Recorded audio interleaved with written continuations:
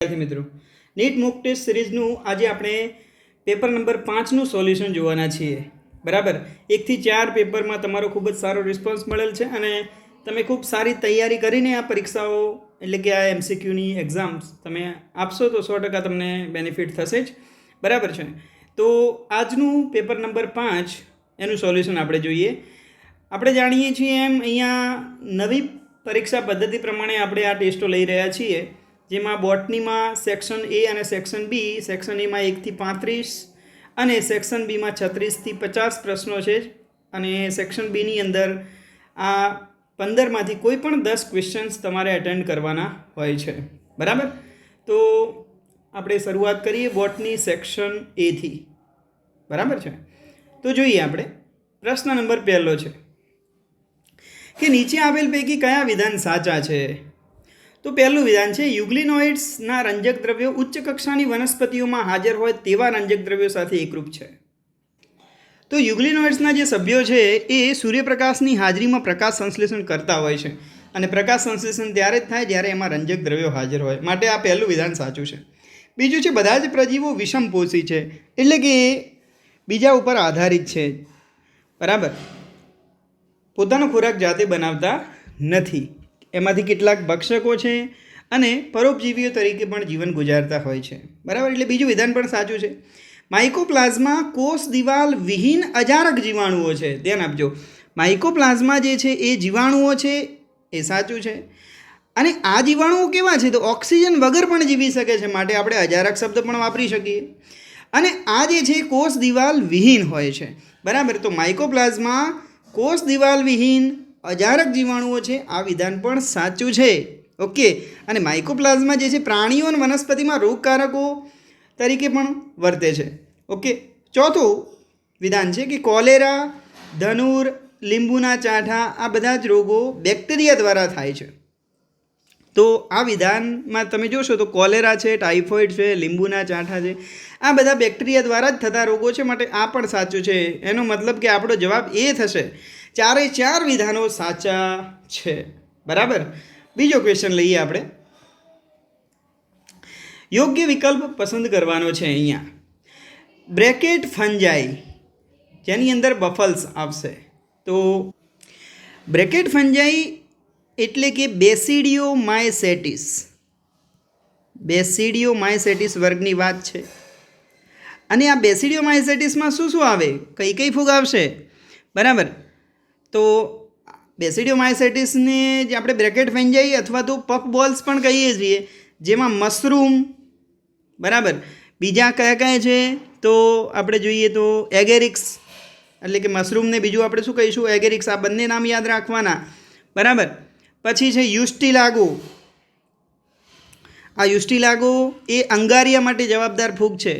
પક્ષીણિયા જે ગેરુ માટે જવાબદાર ફૂગ છે. બરાબર, તો આ બધા જે છે એ બેસિડિયોમાયસેટિસના ઉદાહરણમાં આવે છે. ઓકે, તો બફલ્સ શું છે?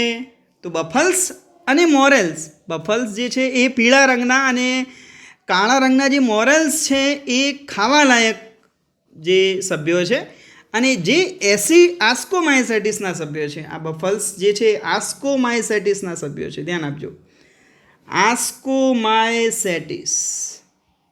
અને આસ્કોમાયસેટિસ એટલે શું? તો કોથળીમય ફૂગ કહેવાય. એને શું કહેવાય? કોથળીમય ફૂગ કહેવાય. બરાબર, અને આમાં શું આવે? આસ્કોમાયસેટિસની અંદર શેનો સમાવેશ થશે? તો જો એના કેટલાક ઉદાહરણો આપણે જોઈએ તો પહેલું છે પેનિસિલિયમ, પછી આવે છે યીસ્ટ, એક કોષી છે.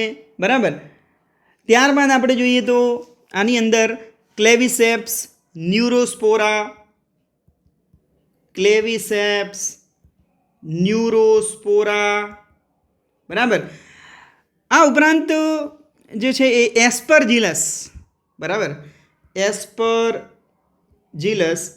અને બે સભ્યો કયા જે સુસ્વાદુ વાનગી તરીકે ઓળખાય છે? એક તો કાળા રંગના મોરેલ્સ, કાળા રંગના મોરેલ્સ, અને પીળા રંગના જે છે એ બફલ્સ. ઓકે, તો અહીંયા આસ્કોમાયસેટિસની અંદર આ બધા ઉદાહરણો આવે છે. ઓકે, તો આ વસ્તુ ક્લિયર થઈ ગઈ. આ બધા આપણે યાદ રાખવાના છે મિત્રો. ઓકે. હવે અપૂર્ણ ફૂગ છે ને એની અંદર શું યુષ્ટિ લાગુ લખ્યું છે, પણ તમે જુઓ યુષ્ટિ લાગુ આપણે અહીંયા ક્યાંક જોઈ ગયા. કઈ જગ્યાએ જોયું? યુષ્ટિ લાગુ ક્યાં આવ્યું હતું? આ રહ્યું જુઓ. યુષ્ટિ લાગુ તો શું છે? બેસિડિયોમાઇસેટિસ છે, બ્રેકેટ ફંજાઈ છે અથવા પફ બોલ્સ કહેવાય. બરાબર. માટે આ વિધાન પણ અસંગત છે. કોથળીમય ફૂગ જેમાં મ્યુકર આવે, તો તમે જુઓ કોથળીમય ફૂગ એટલે શું? આસ્કોમાઇસેટિસ, અને મ્યુકર એમાં આવશે નહીં. બરાબર. હવે ચોથું જોડકું જોઈએ, પફ બોલ્સ. પફ બોલ્સ એટલે શું? બેસિડિયોમાઇસેટિસ, સોરી આસ્કોમાઇસેટિસ. પફ બોલ્સ એટલે બેસિડિયોમાઇસેટિસ આવશે, સોરી. હા, ઓકે, બેસિડિયોમાઇસેટિસ આવશે. પફ બોલ્સ જે છે એ બ્રેકેટ ફંજાઈ અને પફ બોલ્સ એ બંને બેસિડિયોમાઇસેટિસની અંદર આવે છે. અને એની અંદર આપણે જોઈએ તો એગેરિક્સની વાત કરીએ તો જો એગેરિક્સ એટલે કે મશરૂમ, આ એમાં આવે છે. માટે તમે જુઓ ડી વિધાન અથવા તો ડીનું જે જોડકું છે એ સાચું થશે. બરાબર છે. તો અહીંયા આપણે એક વસ્તુ શીખ્યા કે ભાઈ આસ્કોમાઇસેટિસ એને કોથળીમય ફૂગ કહેવાય, બેસિડિયોમાઇસેટિસ એને પફ બોલ્સ અથવા તો બ્રેકેટ ફંજાઈ પણ કહેવાય, અને એના આપણે ઉદાહરણો યાદ રાખવાના છે. એક બીજી વસ્તુ રહી ગઈ અપૂર્ણ ફૂગ. આ અપૂર્ણ ફૂગમાં શું આવે? તો એના વિશે ખાલી થોડું સમજાવી દઉં કે ડ્યુટ્રોમાઇસેટિસના સભ્યો છે ને અપૂર્ણ ફૂગમાં આવશે. ડ્યુટ્રોમાઇસેટિસ ખાસ ધ્યાન રાખજો. અને એમાં 3 ઉદાહરણ યાદ રાખવાના છે: ઓલ્ટરનેરિયા, કોલિટોટ્રાઇકમ અને ટ્રાઇકોડર્મા. બરાબર. ઓલ્ટરનેરિયા, કોલિટોટ્રાઇકમ અને ટ્રાઇકોડર્મા. ઓકે. તો આ એક ક્વેશ્ચનના આધારે તમને ઘણા બધા ક્વેશ્ચનનો લાભ અહીંયા મળે છે. બરાબર. તો આ ક્વેશ્ચનનો જવાબ આપણે આવશે ડી. હવે આપણે જોઈએ ત્રીજો પ્રશ્ન. નીચે આપેલા જે વિધાનો છે એ પૈકી કયા વિધાનો સાચા છે એ આપણે કહેવાનું છે. તો પહેલું વિધાન આપણું લઈએ, નંબર 1. તો અહીંયા અગર એ આઈસ્ક્રીમ તથા જેલીની બનાવટમાં ઉપયોગી છે. તો આ વિધાન સાચું છે. અગર જે છે આઈસ્ક્રીમ અને જેલીની બનાવટમાં ઉપયોગી છે. બીજું છે ફિયોફાયસીમાં ખોરાકનો સંગ્રહ ફ્લોરિડિયન સ્ટાર્ચ સ્વરૂપે થાય. તો અહીંયા તમે જોઈ શકો છો ફિયોફાયસીની અંદર ખોરાકનો જે સંગ્રહ છે એ મેનિટોલ અને લેમિનારિન સ્વરૂપે થશે. ધ્યાન આપજો, મેનિટોલ અને લેમિનારિન સ્વરૂપે થાય. માટે આ જે વિધાન છે કેવું પડ્યું આપણું? ખોટું. હવે ત્રીજું જોઈએ, બદામી લીલ. બદામી લીલ એટલે ફિયોફાયસીસ. બરાબર છે. એમાં જન્યુઓ નાશપતિ આકારના હોય છે. બદામી લીલમાં જન્યુઓ કેવા હોય? નાશપતિ આકારના છે. આ પણ સાચું છે. બરાબર. અને 2 પાર્શ્વી રીતે જોડાયેલી કશાઓ એ ધરાવતા હોય છે. બરાબર. અને આ બદામી લીલમાં કઈ ઉદાહરણ આવશે? તો એક્ટોકાર્પસ, ડિક્ટિયોટા, લેમિનારિયા, સર્ગાસમ, ફ્યુકસ, આ બધા જ જે છે બદામી લીલ અથવા ફ્યુકસ જે છે ફિયોફાયસીના ઉદાહરણ છે. તો તમારે બધા ઉદાહરણો યાદ રાખવાના થશે. અહીંયા આપણે જોઈએ તો પહેલું વિધાન અને ત્રીજું વિધાન સાચું છે. માટે આપણો જવાબ આવશે એ, 1 અને 3. બરાબર છે. ઓકે, આગળ જઈએ આપણે. ચોથો પ્રશ્ન છે, શુષ્ક પ્રદેશની આ વનસ્પતિના પ્રકાંડ માસલ નળાકાર રચનાઓમાં રૂપાંતરિત થાય છે. તો માસલ નળાકાર રચનાઓમાં રૂપાંતરિત થતા હોય તો એવું પ્રકાંડ કયું છે? યુફોર્બિયા છે. બરાબર. અને ફાફડા થોર હોય તો એની અંદર પ્રકાંડ જે છે ચપટા હોય છે. બરાબર. માસલ નળાકાર કેમ હોય છે? યુફોર્બિયામાં હોય છે. માટે આપણો જવાબ અહીંયા બી આવશે. બરાબર. હવે અહીંયા બીજા જે વિકલ્પો છે એને જોઈએ ને તો તુંબરો શું છે? તો કાકડી, કોળું અને તરબૂચ આ બધા તુંબરોની અંદર આવશે, જે એમ કહી શકાય કે એક પ્રકારના આરોહણમાં પ્રકાંડ સૂત્રો ધરાવતા હોય છે. આ રચનાઓ બધી કેવી છે? પ્રકાંડ સૂત્રો ધરાવે છે. અને પ્રકાંડ સૂત્રો કક્ષકલિકામાંથી વિકાસ પામતી હોય છે અને આરોહણમાં મદદ કરતી હોય છે. તો આ થઈ ગયું ચોથો પ્રશ્ન, જેમાં જવાબ આવશે બી, યુફોર્બિયા, જેમાં પ્રકાંડ નળાકાર રચનાઓમાં રૂપાંતરિત થયેલા હોય છે. ઓકે. પાંચમો પ્રશ્ન, રાઈ અને દારૂડીમાં કયા પ્રકારનો જરાયુ વિન્યાસ જોવા મળે છે? તો અહીંયા ચર્મવર્તી જરાયુ વિન્યાસ આવશે. ચર્મવર્તી. બરાબર. રાઈ અને દારૂડીની અંદર ચર્મવર્તી જરાયુ વિન્યાસ જોવા મળે છે. બરાબર. આ ઉપરાંત આપણે જોઈએ તો અક્ષવર્તીની અંદર બધાના ઉદાહરણો તમારે ખાસ યાદ રાખવાના છે મિત્રો. અક્ષવર્તી જરાયુ વિન્યાસ હોય તો એની અંદર આપણે જોઈએ ને તો એના ઉદાહરણોમાં અક્ષવર્તીમાં આવશે જાસૂદ, ટામેટા, લીંબુ. બરાબર. ચલો પછી વાત કરીએ મુક્ત કેન્દ્રસ્થની. મુક્ત કેન્દ્રસ્થમાં કયા કયા ઉદાહરણ આવે તો એ જોઈએ. મુક્ત કેન્દ્રસ્થની અંદર આવશે ડાયન્થસ, બરાબર. ડાયન્થસ અને પ્રિમરોઝ. ડાયન્થસ અને પ્રિમરોઝ જે છે એ મુક્ત કેન્દ્રસ્થના ઉદાહરણ છે. જ્યારે ધારાવર્તી જરાય વિન્યાસ, ધારાવર્તીની આપણે વાત કરીએ તો એના ઉદાહરણો આપણે જોઈએ તો અહીંયા આવશે વટાણા, બરાબર છે. વટાણા જે છે એના ઉદાહરણમાં આવશે, બરાબર. તો એક પ્રકાર રહી ગયો તલસ્થ જરાય વિન્યાસ. હવે આ તલસ્થ જરાય વિન્યાસ હોય ને તો એની અંદર મિત્રો અહીંયા ઉદાહરણમાં સૂર્યમુખી અને ગલગોટા આવે છે. આ બધું લખવું જ લખી દેજો, નોટ કરી દેજો, બરાબર. જે તમને આ બધા ઉદાહરણો ઉપયોગી થવાના છે પરીક્ષાની અંદર. ઓકે, તો 5મો ક્વેશ્ચન અહીંયા પૂરો થાય. પછીનો ક્વેશ્ચન આપણે લઈએ. સત્ય વિધાન અહીંયા પસંદ કરવાનું છે. તો પહેલું છે સહસ્ત વાહિપુલું પ્રકાંડની પર્ણમાં સામાન્ય છે. તો આ વિધાન સાચું છે. દ્વિદળી વનસ્પતિઓના પ્રકાંડમાં અવર્ધમાન વાહિપુલ જોવા મળે છે. તો અહીંયા દ્વિદળી વનસ્પતિઓ હોય એની અંદર વર્ધમાન વાહિપુલ હોય. વર્ધમાન વાહિપુલ એટલે કેવા કે જેની અંદર આ ધારો કે વાહિપુલ છે તો વચ્ચે એધા આવેલી હોય છે. એધા એ શું છે? વર્ધનશીલ પેશી છે, બરાબર. એધા એ વર્ધનશીલ પેશી છે, સતત વિભાજન પામતા કોષોનો સમૂહ છે, બરાબર. અંદરની તરફ શું હોય? જલવાહક હોય અને બહારની તરફ શું હોય? તો અન્નવાહક જોવા મળે છે. તો આ વિધાન ખોટું છે. એકદળી વનસ્પતિઓમાં વર્ધમાન વાહિપુલ જોવા મળે છે. તો અહીંયા આ પણ ખોટું થયું. એકદળી વનસ્પતિઓમાં અવર્ધમાન હોય, કેમ કે એકદળી વનસ્પતિની અંદર દ્વિતીય વૃદ્ધિ જોવા મળતી નથી, બરાબર. માટે અહીંયા એધા વાહિપુલ હોય તો એની અંદર એધા હાજર ના હોય. ખ્યાલ આવે? સીધું શું હોય? એક તરફ અન્નવાહક, એક તરફ જલવાહક હશે. એધા જોવા મળશે નહીં. એટલે સી પણ ખોટું છે. ડી જોઈએ કે સહસ્ત વાહિપુલમાં સામાન્ય રીતે જલવાહકની બહારની બાજુએ અન્નવાહક ગોઠવાયેલી હોય છે. તો અહીંયા સહસ્ત વાહિપુલમાં સામાન્ય રીતે જોઈએ ને તો જલવાહકની બહારની બાજુએ અન્નવાહક ગોઠવાયેલી હોય છે. તો જલવાહક જે છે અંદરની તરફ હોય અને બહારની તરફ અન્નવાહક હોય છે. તો આ વિધાન પણ સાચું છે. તો અહીંયા મિત્રો બે વિધાનો સાચા થશે. એ અને ડી બંને સાચા છે. માટે એ કે ડીમાંથી કોઈ પણ જવાબ લખ્યો હશે તો તમારો સાચું થશે. 7મો ક્વેશ્ચન છે ભેજગ્રાહી કોષો નીચે પૈકી શેમાં જોવા મળે છે? તો ભેજગ્રાહી કોષો જે છે એ સમદ્વિપાર્શ્વ પર્ણ અથવા તો એકદળી પર્ણમાં જોવા મળે, જેને આપણે સમદ્વિપાર્શ્વ પર્ણ પણ કહેવાય છે, બરાબર છે. ઓકે, માટે સી જવાબ થશે.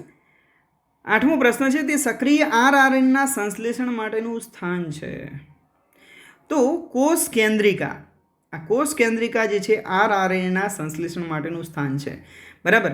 કોષ કેન્દ્રિકામાંથી આરઆરએનએ બનશે. આ જે આરઆરએનએ છે એ રિબોઝોમના બંધારણમાં ખૂબ મહત્ત્વનો છે, બરાબર. રિબોઝોમલ આરએનએ છે એ રિબોઝોમના બંધારણ માટે મહત્ત્વનો છે. અને રિબોઝોમને શું કહેવાય? તો પ્રોટીન સંશ્લેષણની ફેક્ટરી કહેવાય, બરાબર. પ્રોટીન સંશ્લેષણની ફેક્ટરી તરીકે ઓળખવામાં આવે છે, બરાબર. તો એવા કોષો કે જે પ્રોટીનનો વધુ સ્ત્રાવ કરતા હશે ત્યાં કોષ કેન્દ્રિકાઓ કેવી હશે? વધારે સંખ્યામાં હશે, મોટા કદની હશે, બરાબર. કોષ કેન્દ્રિકા વધુ હશે તો જ આરઆરએનએ વધુ બનશે, તો જ રિબોઝોમની રચનામાં એ જોડાશે અને પ્રોટીન સંશ્લેષણ કરશે, બરાબર. માટે અહીંયા સી જવાબ આવશે. પછીનો પ્રશ્ન છે ગોલ્ગી કાયમાં જે પરિપક્વ સપાટી છે એ ખાલી જગ્યા હોય છે. તો ગોલ્ગી કાયની આપણે રચના જોઈએ ને તો આપણને ખ્યાલ છે આ રીતની ચપટી કોથળીમાં જે છે રચનાઓ જોવા મળે છે, જેને આપણે સિસ્ટરની તરીકે ઓળખીએ છીએ, બરાબર. હવે એક સપાટી એની કેવી હશે? અંતર્ગોળ હશે. ગોલ્ગિકામાં એક અંતર્ગોળ સપાટી હોય, એક સપાટી કેવી હોય? બહિર્ગોળ હોય છે, બરાબર. તો આ જે ગોલ્ગિકા છે ને એ કોષ કેન્દ્રની નજીક આવેલી હોય. ધારો કે અહીંયા કોષ કેન્દ્ર છે અને અહીંયા શું છે? અંતઃકોષરસ જાળ છે, બરાબર. આ રીતે તો અંતઃકોષરસ જાળમાંથી જે કંઈ પ્રોટીન બને છે અપરિપક્વ હોય છે. આ બહિર્ગોળ સપાટીને આપણે કહીશું નિર્માણકારી સપાટી. ધ્યાન આપજો, નિર્માણકારી સપાટી, જેને સીસ પણ કહેવાય. બહિર્ગોળ સીસ સપાટી, જે નિર્માણકારી સપાટી કીધું હોય તો શું આવશે? બહિર્ગોળ શીશ. હવે આ જે પ્રોટીન છે ને એ પ્રોટીન આ ગોલ્ગી કાયમાંથી પસાર થઈને પરિપક્વ બનશે અને આ અંતર્ગોળ સપાટી જે ટ્રાન્સ કહેવાય છે, અંતર્ગોળ સપાટી અથવા એને પરિપક્વ સપાટી કહેવાય છે, બરાબર. તો ત્યાં એ બહાર નીકળશે, પરિપક્વ થઈને પ્રોટીન ત્યાંથી બહાર નીકળે છે. એટલે કે અહીંયા આ જે પરિપક્વ સપાટી છે કેવી છે? અંતર્ગોળ ટ્રાન્સ હશે, બરાબર. માટે આપણો જે જવાબ છે એ આવશે ડી, અંતર્ગોળ ટ્રાન્સ. ઓકે. પછીનો ક્વેશ્ચન છે, કોષ ચક્રના એસ તબક્કાના સંદર્ભમાં અસંગત વિધાન અહીં પસંદ કરવાનું છે. તો એસ એટલે કે સિન્થેસિસ, એટલે કે એ વિધાન છે ડીએનએનું સંશ્લેષણ થાય છે, બરાબર. તો આ વિધાન સાચું છે, એસ તબક્કામાં ડીએનએનું સંશ્લેષણ થશે. બી વિધાન જોઈએ. બીજું વિધાન છે, પ્રત્યેક કોષમાં ડીએનએની માત્રા બમણી થઈ જાય છે. એટલે કે એસ તબક્કાની અંદર પ્રત્યેક કોષમાં શું થશે? ડીએનએની માત્રા બમણી થાય છે. આ વિધાન પણ જે છે સાચું છે, બરાબર. સી વિધાન છે, આ અવસ્થાના અંતમાં રંગસૂત્રોની સંખ્યા બમણી થઈ જાય છે. તો અહીંયા આ વિધાન ખોટું પડશે. આપણે કોષ ચક્રની વાત કરીએ ને તો 3 તબક્કાઓ છે. કયા કયા 3 તબક્કાઓ છે? આંતરાવસ્થાના 3 તબક્કાઓ, G1, S અને G2. તો આ જે જીવનમાં જેટલા રંગસૂત્રો હશે, બરાબર, ધારો કે 2n રંગસૂત્રો છે અથવા તો એમ કહીએ કે ભાઈ ચાલો 46 રંગસૂત્રો છે, તો એસની અંદર તમે જુઓ ડીએનએનું સંશ્લેષણ થાય, સ્વયંજનન થાય, પણ રંગસૂત્રોની સંખ્યા એની એ જ રહે, રંગસૂત્રો ડબલ થતા નથી, બરાબર. એટલે રંગસૂત્રોની સંખ્યા બમણી ન થાય. ઓકે. માટે અહીંયા સી જવાબ જે અસંગત વિધાન છે એ આવશે. જો ડીએનએની શરૂઆતમાં માત્રા 2C હોય તો વધીને કેટલી થઈ જાય? 4C થઈ જાય છે. તો આ વિધાન સાચું છે, બરાબર. શરૂઆતમાં માત્રા જો 2C હશે તો પછી વધીને કેટલી થઈ જશે? 4C થઈ જશે.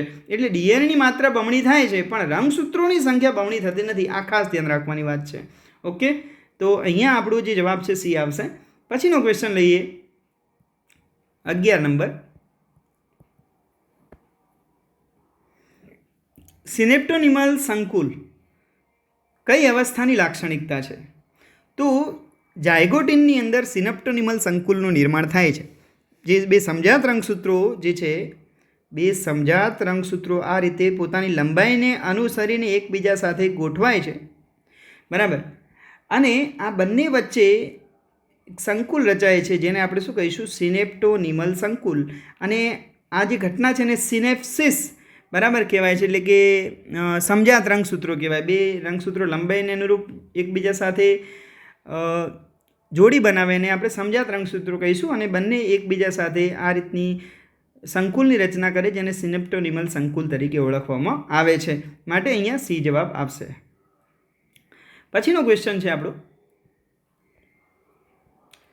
નીચે પૈકી ખોટું વિધાન પસંદ કરવાનું છે. પહેલું છે, બાષ્પોત્સર્જન પર્ણ સપાટીને બાષ્પીભવન દ્વારા 10 થી 15 સેલ્સિયસ સુધી ઠંડી રાખે છે. તો આ વિધાન સાચું છે, બરાબર. બીજું છે, C4 વનસ્પતિઓ C3ની તુલનામાં કાર્બન સ્થાપનની ક્રિયામાં બમણી સક્ષમ હોય છે.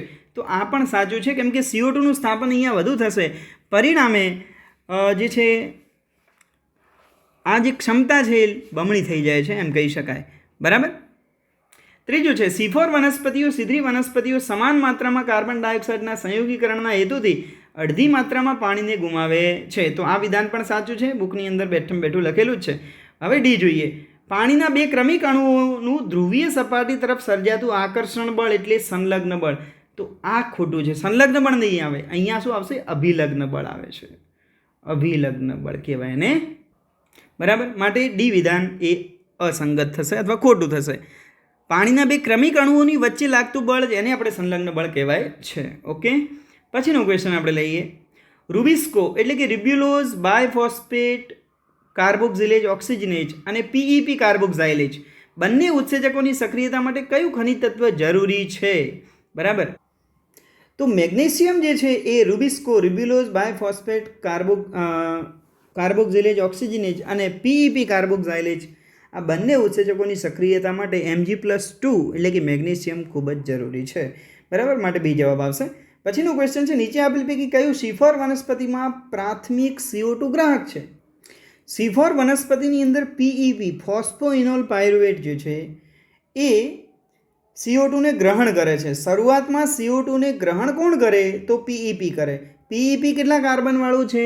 તો 3 કાર્બનવાળું છે. અને આ એક CO2 આવશે આની સાથે. એટલે પ્રથમ જે નિપજ બને ને એ ઓક્ઝેલો એસિટિક એસિડ છે જે 4 કાર્બન ધરાવતી છે. તો પ્રથમ નિપજ પૂછ્યો હોય તો OAA, જેના કારણે આપણે એને પ્રથમ નિપજ 4 કાર્બનયુક્ત છે, માટે આવી વનસ્પતિઓને C4 વનસ્પતિઓ કહીએ છીએ, બરાબર છે. અને પ્રાથમિક CO2 ગ્રાહક કોણ થશે? PEP. શરૂઆતમાં CO2 નું ગ્રહણ કોણ કરે છે? PEP એ કરે છે, બરાબર. એવું જ વસ્તુ જો C3 વનસ્પતિ માટે પૂછાય તો C3 વનસ્પતિમાં CO2 ગ્રાહક તરીકે RUBP છે, રિબ્યુલોઝ બાયફોસ્ફેટ છે. અને પ્રથમ જે નિપજ છે એ PGA થશે, જે 3 કાર્બન ધરાવે છે, માટે એને આપણે C3 કહીએ છીએ, C3 વનસ્પતિ કહીએ છીએ, બરાબર. તો આ સંદર્ભમાં આપણે વાત કરીએ તો અહીંયા શું આવશે? PEP. ઓકે. પછીનો ક્વેશ્ચન છે આપણી પાસે, નીચે આપેલ પૈકી કોનો શ્વસનાંક સૌથી વધુ હોય છે? તો પહેલું જોઈએ ટ્રાયપામિટીન. તો ટ્રાયપામિટીન છે એનો શ્વસનાંક 0.7 થશે. કોલેજન એ શું છે? પ્રોટીન છે. અને સામાન્ય રીતે પ્રોટીન જે છે એનો શ્વસનાંકનો ગુણોત્તર હંમેશા 0.9 થાય, બરાબર. ગ્લુકોઝ એનો શ્વસનાંક 1 થશે. અને લેસિથિન જે લિપિડ છે, અને લિપિડનો જે શ્વસનાંક છે એ 1 થી ઓછો હોય છે, બરાબર. લેસિથિન એટલે કે જે ટ્રાયગ્લિસરાઇડ ફોસ્ફોલિપિડ છે, બરાબર, એનો શ્વસનાંક 1 થી ઓછો થશે. તો માટે અહીંયા આપણે જોઈ શકીએ કે અહીંયા સૌથી વધુ શ્વસનાંક કોનો થશે? ગ્લુકોઝનો થશે, બરાબર. શ્વસનાંક RQ બરાબર શું સૂત્ર આવે છે? તો મુક્ત થતા CO2 નું કદ ભાગ્યા ઉપયોગમાં લેવાતા O2 નું કદ, બરાબર છે. તો એ પ્રમાણેનું સૂત્ર બનતું હોય છે. તો અહીંયા RQ સૌથી ઊંચો 4 પૈકી ગ્લુકોઝનો થશે. કેરોટીનોઇડ્સમાંથી વ્યુત્પન્ન થયેલ PGR એટલે કે પ્લાન્ટ ગ્રોથ રેગ્યુલેટર્સ, એટલે કે વનસ્પતિ વૃદ્ધિ નિયામકો. તો કેરોટીનોઇડ્સમાંથી વ્યુત્પન્ન થયેલ PGRમાં શું આવશે? ABA, બરાબર છે.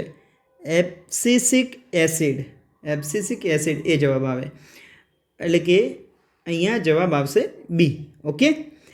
હવે જે કાઇનેટીન છે એ એડેનિનમાંથી વ્યુત્પન્ન પામેલ છે. કાઇનેટીન શેમાંથી વ્યુત્પન્ન પામેલ છે? તો એડેનિનમાંથી. ઓકે. જે ફરફ્યુરાઇલ એમિનોફ્યુરિન છે, N6 છે, બરાબર. પછી આપણે જોઈએ GA3 જે ટર્પેન્સમાંથી મળે છે. અને IA ઇન્ડોલ એસિટિક એસિડ, જે ઇન્ડોલ સંયોજનો છે, ઇન્ડોલ 3 એસિટિક એસિડ આવશે, બરાબર, IAA. તો અહીંયા આપણે જે વાત છે કે કેરોટીનોઇડ્સમાંથી વ્યુત્પન્ન થયેલ PGR થશે ABA. પછી જોઈએ આપેલમાંથી મોનોકાર્પિક બહુવર્ષાયુ વનસ્પતિ પસંદ કરવાની છે. અહીંયા મોનોકાર્પિક બહુવર્ષાયુ વનસ્પતિ કઈ થશે? તો અહીંયા ઘઉં જે છે એ એમેનોકાર્પિક 1 વર્ષીય છે. પછી બીજું છે ગાજર. આ જે ગાજર છે ને, આ મોનોકાર્પિક દ્વિવર્ષીય છે. મોનોકાર્પિક છે પણ કેવું છે? દ્વિવર્ષીય છે. અને ત્રીજું જે આપણે વાત કરીએ છીએ કેરી, આ જે કેરી છે એ પોલીકાર્પિક બહુવર્ષીય છે. પોલીકાર્પિક બહુવર્ષીય, બરાબર. તો આ ત્રણેય આ રીતે છે. એનો મતલબ કે આપણો જવાબ શું આવશે? સ્ટ્રોબિલેન્થસ, બરાબર. સ્ટ્રોબિલેન્થસ કુન્થિયાના નીલકુરંજિત, જે મોનોકાર્પિક બહુવર્ષીય વનસ્પતિ છે. ઓકે. તો માટે આપણો જવાબ આવશે અહીંયા B. પછીનો ક્વેશ્ચન લઈએ. નીચે આપેલા બધા જ લક્ષણો કીટક દ્વારા પરાગને પામતા પુષ્પના છે, એટલે કે કીટક દ્વારા જે પરાગનયન થાય છે એના છે, સિવાય કે, બરાબર. તો કીટકો દ્વારા જે પરાગનયન થાય છે એને સંગત ન હોય એવા લક્ષણ લેવાના. તો રંગીત અને સુગંધિત પુષ્પ છે, તો આ સાચું છે. રંગીન અને સુગંધિત પુષ્પ કીટક દ્વારા પરાગનયનમાં થાય છે. મોટા પીંછાવાળા પરાગસન. તો આ જે મોટા પીંછાવાળા પરાગાસન છે, આ લાક્ષણિકતા વાત પરાગનયન ધરાવતા પુષ્પની છે. પવન દ્વારા જે પરાગનયન થાય ને એવા પુષ્પોમાં આ જોવા મળે છે. બરાબર, તો માટે બી જવાબ આવશે. મધુરસ હાજર હોય છે કીટક દ્વારા પરાગનયન થાય એની અંદર, અને જે પરાગરજ છે ચિકાસયુક્ત હોય, કેમ કે કીટક એની સાથે જ્યારે પુષ્પની મુલાકાત લે ત્યારે ચિકાસયુક્ત પરાગરજ હોય તો કીટકની ચાંચ અથવા તો કીટકના પગ અથવા તો એની પાંખો જે છે એને ચોંટી જાય અને બીજા પુષ્પ પર જ્યારે મુલાકાત થાય ત્યારે પરાગનયન સરળતાથી થાય છે. પણ મોટા પીંછાવાળા જે પરાગસ્તન છે એ વાત પ્રવાહિત પરાગરજ છે ને સરળતાથી જકડી શકે છે. બરાબર, તો એ લાક્ષણિકતા વાત પરાગનયનની છે, માટે બી જવાબ આવશે અહીંયા. પછી આપણે જોઈએ પરાગરજમાં જનન કોષ એ વનસ્પતિક કોષ કરતાં અલગ છે. તો કઈ રીતે અલગ છે એ જોઈએ. તો અહીંયા જનન કોષ વનસ્પતિક કોષથી કઈ રીતે અલગ છે એ વાક્ય આપણે શોધવાનું છે. તો ખોરાકનું અનામત સંગ્રહ કરે છે, આ વાનસ્પતિક કોષ આ માટે આ લાગુ પડે છે. અનિયમિત આકારનું કોષ કેન્દ્ર ધરાવે છે, એ પણ વાનસ્પતિક કોષ માટે લાગુ પડે છે. ત્રાકાકાર છે, તો જનન કોષ નાનો હોય, વાનસ્પતિક કોષના કોષરસમાં તરતો હોય, ઘટ્ટ કોષરસ અને કોષ કેન્દ્ર ધરાવતો ત્રાકાકાર કોષ છે. બરાબર, જનન કોષ એ કેવો છે? ત્રાકાકાર છે, માટે અહીંયા જવાબ શું આવશે? સી. અને વાનસ્પતિક કોષ કરતાં મોટો છે તો એ નહીં આવે. બરાબર, વાનસ્પતિક કોષના કોષરસમાં જનન કોષ તરતો હોય છે અને જનન કોષ કેવો હોય છે? ત્રાકાકાર હોય છે, માટે અહીંયા સી જવાબ આવશે, જે વનસ્પતિક કોષ કરતાં અહીંયા જનન કોષને અલગ તારવે છે. પછી છે ડુંગળીના પર્ણમાં રંગસૂત્રોની સંખ્યા 16 હોય. બરાબર છે, એના પ્રાથમિક ભ્રૂણપોષ કોષ PEC પ્રાથમિક ભ્રૂણપોષ કોષ કેવો હોય? પ્લોઇડી એની કેવી હોય? ત્રિકીય હોય, 3N હોય. પર્ણમાં રંગસૂત્રો કેવા હોય? દ્વિકીય હોય, 2N હોય. તો અહીંયા PN માં રંગસૂત્રોની સંખ્યા કેટલી થાય? તો 2N બરાબર 16 થાય. એનો મતલબ કે N બરાબર કેટલા થશે? 8. તો અહીંયા 3N છે એટલે 3 ગુણ્યા 8 એટલે 24 થાય. પ્રાથમિક ભ્રૂણપોષ કોષમાં રંગસૂત્રોની સંખ્યા કેટલી થશે? 24 થશે, માટે જવાબ આવશે સી. ઓકે, પછી જોઈએ આપણે ઓ રુધિરજૂથ ધરાવતી દમયંતી અને તેનો પુત્ર દશરથ કે જે બી રુધિરજૂથ ધરાવે છે, તો તેના પિતા વિરમભાઈનું રુધિરજૂથ કયું હોઈ શકે? હવે તમે અહીં જોઈ શકો છો કે માતા અને પુત્રનું રુધિરજૂથ આપણને આપ્યું છે. માતાનું રુધિરજૂથ કયું છે? ઓ છે. અને અહીંયા પુત્રનું જે રુધિરજૂથ છે એ બી આપ્યું છે. બરાબર, તો તેના પિતા વિરમભાઈનું રુધિરજૂથ કયું હોઈ શકે? તો તમે જુઓ, પિતા માટે આપણે શક્યતા ચેક કરીએ તો ધારો કે પિતા આપણે ઓ વાળો વિચારીએ તો શું પોસિબિલિટી બનશે? અહીંયા સ્મોલ આઈ, અહીંયા પણ સ્મોલ આઈ થશે. આમાંથી સ્મોલ આઈ પ્રકારના જન્યુ બને અને આ બંને જોડાય તો ઓ પ્રકારનું રુધિરજૂથ બને. એનો મતલબ કે જો પિતા ઓ રુધિરજૂથ ધરાવતો હોય એટલે કે વિરમભાઈ ઓ રુધિરજૂથ ધરાવતા હશે ને તો સંતતિમાં માત્ર ઓ રુધિરજૂથ જ આવે, કેમ કે માતાનું રુધિરજૂથ જે છે ફિક્સ થઈ ગયું છે. બરાબર, તો ઓ તો આવશે જ નહીં. પિતા વિરમભાઈનું રુધિરજૂથ ઓ ના હોય, કેમ કે અહીંયા જો પિતા ઓ રુધિરજૂથ ધરાવતા હોય તો અહીં સંતતિમાં બી રુધિરજૂથ બનતું હોય તો જ પિતા અહીંયા ઓ થઈ શકે, બાકી થઈ શકે નહીં. પણ અહીં સંતતિમાં બી આવતું નથી, માટે પહેલો વિકલ્પ અહીંયા આવશે જ નહીં. ઓ આવે નહીં એટલે પોસિબલ નથી. હવે બીજી પોસિબિલિટી વિચારીએ કે માતા ઓ રુધિરજૂથ ધરાવે છે. હવે પિતાની બીજી પોસિબિલિટી છે, ધારો કે પિતા એ રુધિરજૂથ ધરાવે. હવે તમે જો અહીંયા પિતા પાસે એ રુધિરજૂથ છે એટલે જનીન કયું હશે? આઈ એ સ્મોલ આઈ. અહીંયા સ્મોલ આઈ. તો તમે જુઓ, અહીંયા એક જ પ્રકારના જન્યુ બને, અહીંયા બે પ્રકારના જન્યુ બને, આઈ એ અને સ્મોલ આઈ. અને આ બંને જોડાય તો આઈ એ સ્મોલ આઈ બને, અને આ બંને જોડાય તો સ્મોલ આઈ એટલે ઓ કાં તો એ બને. એનો મતલબ શું થયો? સંતતિમાં ઓ રુધિરજૂથ બને અથવા તો એ જ બને, બી બનતું નથી. માટે જ્યાં એ છે એ પણ જવાબ નહીં આવે. પિતા એ રુધિરજૂથ પણ ધરાવતો નથી, તો એનો મતલબ વિકલ્પ કયો વધ્યો? આપણી પાસે એક જ, બી અને એ બી. તો માટે જવાબ શું આવશે? સી આવશે. પિતા વિરમભાઈનું રુધિરજૂથ કયું હોઈ શકે? કાં તો બી હોય કાં તો એ બી હોય. તમે આ રીતે ચેક કરી શકો છો.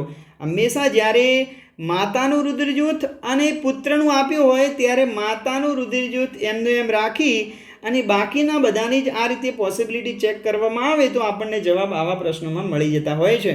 બરાબર. તો અહીંયા આપણો જવાબ આવશે બી અને એ બી. પછીનો ક્વેશ્ચન છે, નીચે આપેલ પૈકી કયા વિધાનો સાચા છે તે જણાવો.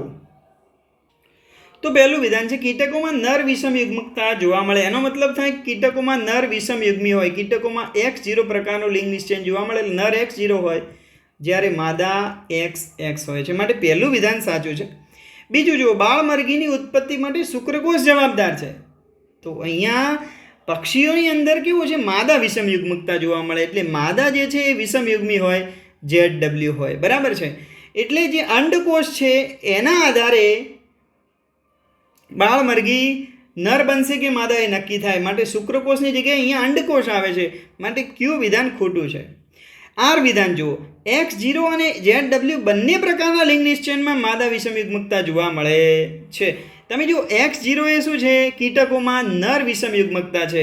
ZW બરાબર છે, પક્ષીઓમાં માદા વિષમ યુગ્મકતા જોવા મળે છે. પણ અહીં શું કીધું છે, બંને પ્રકારના લિંગ નિશ્ચયનમાં માદા વિષમ યુગ્મકતા જોવા મળે. તો આ રીતે જોઈએ તો ખોટું છે.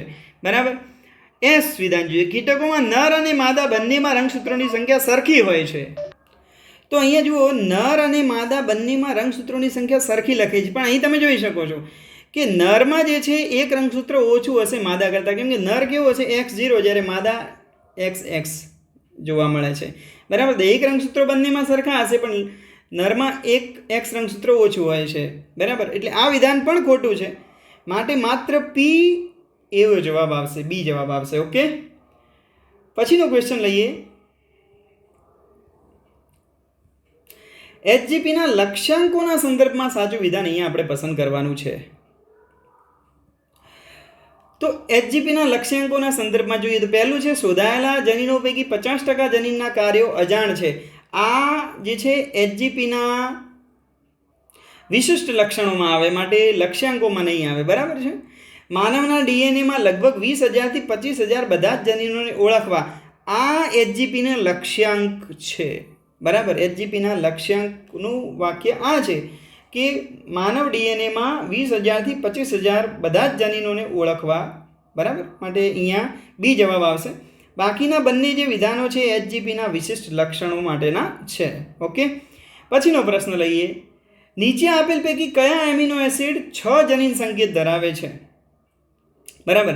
તો 6 જનીન સંકેત ધરાવતા આપણે જોઈએ તો તમને મળશે લ્યુસીન, સેરીન અને આર્જિનિન. આખું જે કોષ્ટક છે એની અંદર આ 3 જે એમિનો એસિડ છે જે 6 જનીન સંકેત ધરાવતા આપણને જોવા મળે છે. બરાબર. માટે અહીંયા ડી જવાબ આવે છે.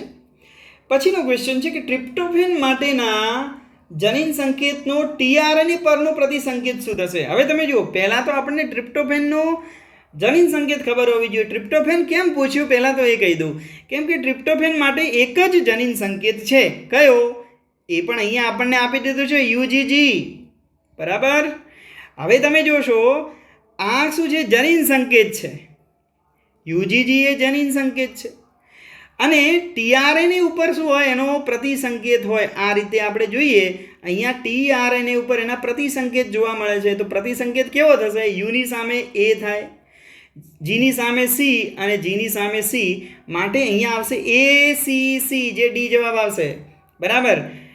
ટ્રિપ્ટોફેન માટેનો જનીન સંકેત એક જ છે, UGG. એ જ પ્રમાણે AUG જે છે એ મિથિયોનિન માટેનો જનીન સંકેત છે. મિથિયોનિન માટેનો જનીન સંકેત પણ એક જ છે, AUG. બરાબર. તો આ બંને તમારે યાદ રાખવાના છે. ટ્રિપ્ટોફેન માટેનો UGG થાય અને આ UGG જનીન સંકેત છે જેનો પ્રતિસંકેત tRNA ઉપર હોય. બરાબર. યુની સામે A, જીની સામે C અને આ જીની સામે પણ C. માટે શું આવશે? ACC. ઓકે.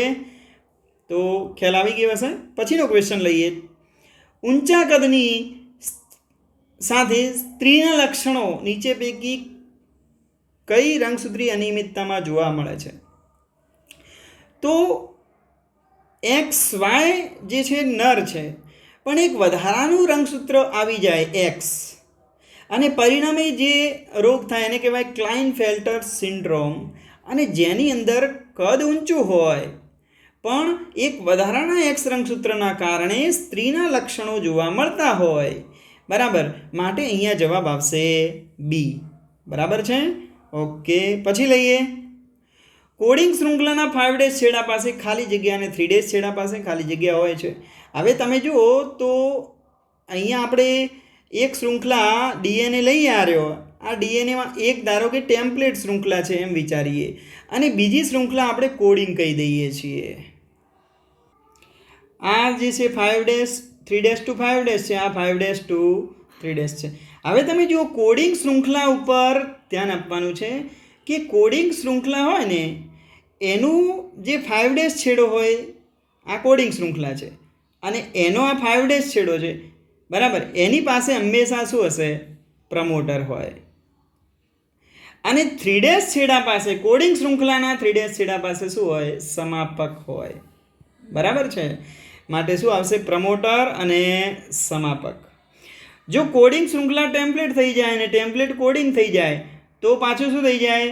પ્રમોટર સમાપક બની જાય, અને સમાપક શું થઈ જાય? પ્રમોટર બની જશે. બરાબર છે? તો અહીંયા આ વસ્તુ ક્લિયર થઈ ગઈ. બરાબર, પછીનો ક્વેશ્ચન લઈએ આપણે. નીચે આપેલા વિધાનો પૈકી સત્ય વિધાન પસંદ કરવાનું છે. તો પહેલું છે ડીએનએના પ્રત્યેક ન્યુક્લિયોટાઇડ પર બીજા સ્થાને OH પ્રતિક્રિયાશીલ સમૂહ જોવા મળે છે. હવે ડીએનએની અંદર ડીઓક્સીરિબોઝ હોય. ડીઓક્સીરિબોઝનું સૂત્ર તમે કેમેસ્ટ્રીમાં પણ ભણી ગયા હશો મિત્રો. જે બીજો સ્થાન હોય ત્યાં ઓક્સિજન હોય અને ઓક્સિજન જ હોય, OH ના હોય. ખ્યાલ આવ્યો? રિબોઝ શર્કરા હોય તો ત્યાં OH હશે, પણ ડીઓક્સીરિબોઝ હોય ત્યાં જે છે ખાલી જે છે H જ હશે, OH નહીં હોય. ઓક્સિજન દૂર થઈ જાય છે ડીઓક્સીરિબોઝ શર્કરામાં બીજા સ્થાનેથી. એટલે અહીંયા 2 ડેશ OH પ્રતિક્રિયાશીલ સમૂહ જોવા મળે, પણ શેમાં? ડીએનએમાં નહીં, પણ આરએનએમાં જોવા મળે. એટલે પહેલું વિધાન ખોટું છે. ડીએનએ અને આરએનએ માંથી કોઈ એક જ વિકૃતિ પામી શકે છે, તો આ પણ ખોટું છે. બંને વિકૃતિ પામી શકે છે. બરાબર. પછી છે ડીએનએમાં થાઇમિનના સ્થાને યુરેસિલ હોવાથી તેમાં વધુ સ્થાયિત્વ પ્રાપ્ત થાય છે. પહેલું આ વાક્યમાં ખબર પડી જવી જોઈએ. થાઇમિનના સ્થાને યુરેસિલ લખ્યું છે. આપણને ખબર છે કે ડીએનએમાં શું હોય? થાઇમિન હોય. પણ અહીં તો વાક્ય જ ઊંધું લખી દીધું છે. અહીંયા એવું લખ્યું હોત કે યુરેસિલના સ્થાને થાઇમિન, તો આ વિધાન સાચું થાત. બાકી આ વિધાન પણ કેવું થશે? ખોટું. અને પછી છે ડીએનએ અને આરએનએ બંને જનીનદ્રવ્ય તરીકે કાર્ય કરી શકે છે. તો આ વિધાન સાચું છે. બંને જનીનદ્રવ્ય તરીકે કાર્ય કરી શકે છે. બરાબર. અહીંયા ડીએનએ જે છે એ જનીનિક માહિતીના સંગ્રહ માટે વધુ પસંદગી પ્રાપ્ત છે, જ્યારે જનીનિક માહિતીના સ્થળાંતરણ માટે આરએનએ જે છે એ મહત્વનું થશે. બરાબર, માટે અહીંયા ડી વિધાન સાચું થશે. ઓકે, પછીનો ક્વેશ્ચન છે કે જો ઈ કોલાઈમાં 80 મિનિટ સુધી વૃદ્ધિ થાય તો વૃદ્ધિ પછી પ્રાપ્ત ડીએનએમાં ભારે, હલકા તથા સંકરિત ડીએનએનું પ્રમાણ કેટલું થશે? તો 80 મિનિટ સુધી વૃદ્ધિ થાય. હવે તમે જુઓ અહીંયા શબ્દ શું લખ્યો છે? પહેલું ભારે છે. ભારે એટલે શું? N15. પછી આપણે જોવાનું હલકા. હલકા એટલે શું? N14. અને પછી આપણે જોવાનું સંકરિત. સંકરિત એટલે શું? N15, N14. હવે તમે જોશો તો પહેલું પ્રથમ દર 20 મિનિટે વૃદ્ધિ થાય અને ડબલ થાય. બરાબર. તો શરૂઆતમાં શું થશે? તો આ તો 0 થશે. બરાબર, આ પણ 0 થશે. અને જે સંકરિત છે એ કેટલી મળશે આપણને? બંને શૃંખલાઓ કેવી મળશે? સંકરિત મળશે. આ ક્યારે? પહેલી 20 મિનિટ પછી. પછી 40 મિનિટ પછી બેમાંથી કેટલી શૃંખલા બને? 4 શૃંખલા બને. હવે આ 4 જે બને છે એમાંથી 2 સંકરિત, 2 ની 2 જ રહે, પણ 2 હલકી બનશે. ભારે તો 0 જ રહેશે. બરાબર. 60 મિનિટ પછી શું થાય? આ 4માંથી 8 બને, 2 એમને એમ જ રહે, 6 જે છે હલકી બનશે. બરાબર. એ જ પ્રમાણે 80 મિનિટ પછી શું થાય? તો 0 જેમ 6 અહીંયા કેટલા છે? 8 દુ 16 બને, તો અહીંયા તો 2 ના 2 જ રહે, અહીંયા કેટલા થાય? 14 થાય. એટલે 0 જેમ 14 જેમ 2 આ જવાબ આવે. અથવા તો ઘણી વખત આની જગ્યાએ એમ પણ લખેલું હોય 0 જેમ 7 જેમ 1, તો આ પણ સાચું છે. જો આ જવાબ ના આપ્યો હોય તો આ જવાબની પસંદગી કરવી. અને અહીં ખાસ ક્રમ જુઓ, ભારે, હલકા અને સંકરિત પૂછ્યું છે, તો પહેલાં ભારે, પછી હલકા અને પછી સંકરિત લઈ અને પછી આપણે આ રીતે જવાબ લાવવાનો પ્રયાસ કરવાનો થશે. પછી પ્રશ્ન છે કે જો ડીએનએની એક પૂરક શૃંખલા પર T+C अपॉन ए प्लस जीનું પ્રમાણ 0.70 હોય. હવે તમે જો ડીએનએની બે શૃંખલાઓ હોય છે, બરાબર. હવે અહીંયા શું કીધું છે, એક શૃંખલા ઉપર ટી પ્લસ સી अपॉन ए प्लस जीનું પ્રમાણ કેટલું આપ્યું છે આપણને? 0.70 આપ્યું છે, બરાબર. હવે આ શૃંખલા ઉપર જોઈશું તો ટીની જગ્યાએ શું આવી જશે? એ પ્લસ સીની જગ્યાએ શું આવશે? જી अपॉन એની જગ્યાએ શું આવશે? ટી પ્લસ જીની જગ્યાએ શું આવશે? સી. એનો મતલબ શું થશે? અહીંયા ઉલટાઈ જશે. એની પૂરક શૃંખલા ઉપર તેનું પ્રમાણ કેટલું થશે? તો જે આપેલું છે એનું આપણે ઉલટું વ્યસ્ત કરી દેવાનું, બરાબર. એટલે કે 0.70 આપ્યું છે, બરાબર. એટલે કે 70 ભાગ્યા કેટલા થાય? 100 થાય. એટલે કે 7/10 કરી શકીએ, 0 ઉડી જાય તો 7/10 આપેલા છે, એનો મતલબ કે વ્યસ્ત કરી દો 10/7, બરાબર. 10 તમે 7 કરો એટલે એપ્રોક્સિમેટલી તમારો જવાબ આવશે 1.43. આનો ભાગાકાર તમે કરશો ને, 10/7 તમે કરો એટલે 7 × 7, 3 વધે 0 મૂકીએ એટલે પોઈન્ટ આવે, અને 7 × 28, 2 વધશે 0 મૂકશે તો વળી પાછું આવશે 7 × 2 = 14, અને પાછા 6 વધશે એટલે પાછો 0 મૂકશું, 7 × 8 = 56. એટલે અહીંયા 8 આવી ગયા, માટે અહીંયા 2 ના 3 થઈ જાય એટલે 1.43 આન્સર આવી રીતે આવે. કોઈ કેલ્ક્યુલેટરની જરૂર નથી મિત્રો, બરાબર. તો એક શૃંખલા ઉપર આપણને જેટલું આપ્યું છે, બરાબર, કેટલું આપ્યું છે? 0.70. તો બીજી શૃંખલા ઉપર એનું પ્રમાણ કેટલું થશે? વાસ્તવમાં આ બંનેનો જે ટોટલ કેટલું થાય? એક જ થાય, કેમ કે આપણે જાણીએ છીએ ટી પ્લસ સી, જેટલા ટી હશે એટલા જ શું હશે? એ. જેટલા સી હશે એટલા જ શું હશે? જી. એ જેટલા એ હશે એટલા ટી હશે, અને જેટલા જી હશે એટલા સી હશે, બરાબર. એટલે આનું આપણે ઉલટાઈ દઈએ તો આપણને અહીંયા જવાબ મળી જાય છે, બરાબર છે. તો આ રીતે અહીંયા જવાબ, આ જે પ્રશ્ન હોય આવા એમસીક્યુમાં આ રીતે આપણે જવાબ લાવવાનો જ હોય છે. ઓકે. પછીનો પ્રશ્ન છે કે જે નીચે વિધાનો આપ્યા છે, હા, ઓકે. તો નીચેના વિધાનોમાંથી સાચા વિધાનો શોધીને યોગ્ય વિકલ્પ પસંદ કરવાનો છે. તો પહેલું વિધાન આપ્યું છે, સૂક્ષ્મજીવોની વૃદ્ધિ અને ચયાપચયના કારણે ઉત્પન્ન થતા વાયુના પ્રકારનો આધાર સૂક્ષ્મજીવો અને તેમના દ્વારા વપરાતા કાર્બનિક દ્રવ્ય ઉપર રહેલો હોય છે. તો આ વિધાન સાચું વિધાન છે. વિધાન વાય જોઈએ, સેલ્યુલોઝ ઘટક પર ઉછેર પામતા કેટલાક અજારક બેક્ટેરિયા મિથેન, કાર્બન ડાયોક્સાઇડ અને હાઇડ્રોજન વાયુ સર્જે છે. સેલ્યુલોઝ ઘટક ઉપર ઉછેર પામતા જે કેટલાક અજારક બેક્ટેરિયા છે, આ 3 વાયુઓ સર્જતા હોય છે. તો આ પણ સાચું વિધાન છે. અને ઝેડ વિધાન તમે જુઓ, બાયોગેસ પ્લાન્ટની વાત કરીએ તો એની અંદર જે સર્જાતા વાયુ છે એમાં મિથેન, કાર્બન ડાયોક્સાઇડ અને હાઇડ્રોજન છે. જ્યારે સિવેજ ટ્રીટમેન્ટ પ્લાન્ટની અંદર મળતા વાયુમાં મિથેન, કાર્બન ડાયોક્સાઇડ અને હાઇડ્રોજન સલ્ફાઇડ એટલે કે H2S જોવા મળે છે. તો આ વિધાન પણ સાચું છે. અહીંયા 3 વિધાન જે છે આપણા સાચા વિધાનો થશે. વિધાન XYZ 3 સાચા વિધાનો છે. ઓકે. એના પછીનો પ્રશ્ન આપણે લઈએ કે ફ્લોક્સનું અવસાદન થઈ બનતું અવસારિત દ્રવ્ય ક્રિયાશીલ સ્લજનો થોડો જથ્થો પંપ કરીને કયા ટાંકામાં લઈ જવાય છે અને જ્યાંથી તે શાની ગરજ સારે છે? તો અવસારિત દ્રવ્ય ક્રિયાશીલ સ્લજનો થોડો જથ્થો જારક ટાંકામાં લઈ જવાય છે અને ત્યાં એક તે નિવેશ દ્રવ્ય તરીકેનું કાર્ય કરે છે, માટે અહીંયા જવાબ આવશે એ, બરાબર. પછીનો પ્રશ્ન છે, સહઉપકારિતાનો સૌથી શાનદાર અને વિકાસની દ્રષ્ટિએ સૌથી આકર્ષક કિસ્સો નીચે પૈકી કયો થશે? સહઉપકારિતા એટલે ભાગ લેતા બંને સજીવોને લાભ થતો હોય. તો આ આંતરક્રિયાનો સૌથી બેસ્ટમાં બેસ્ટ અથવા તો સૌથી શાનદાર અને વિકાસની દ્રષ્ટિએ આકર્ષક કિસ્સો હોય તો વનસ્પતિ પ્રાણીના આંતર સંબંધો, જેની અંદર વનસ્પતિ અને પ્રાણીઓ વચ્ચે જે પરાગનયનની ક્રિયા થાય છે એ આવશે, બરાબર. માટે અહીંયા સી જવાબ આવે. પછીનો પ્રશ્ન છે કે ધી રિવેટ પોપર પૂર્વધારણામાં વિમાનની પાંખોના રિવેટની તુલનામાં કોની સાથે કરવામાં આવે છે? તો વિમાનની પાંખોના રિવેટની તુલના એ નિવસન તંત્રની મુખ્ય જાતિઓ સાથે કરવામાં આવતું હોય છે, બરાબર છે. માટે અહીંયા જવાબ આવશે બી. પછી છે, મનુષ્ય દ્વારા થતા અતિશોષણના કારણે પાછલા 500 વર્ષોમાં લુપ્ત થયેલી જાતિઓ, કયું જૂથ સાચું છે? તો અહીંયા સ્ટીલર સિકાઉ અને પેસેન્જર પિજિયન એ અતિશોષણના કારણે લુપ્ત થયેલી જાતિઓનું જૂથ છે એમ કહી શકાય. અતિશોષણ માટે શું આવશે? એક વાક્ય અંદર આવે છે, નીડ્સ ટર્ન ટુ ગ્રીડ.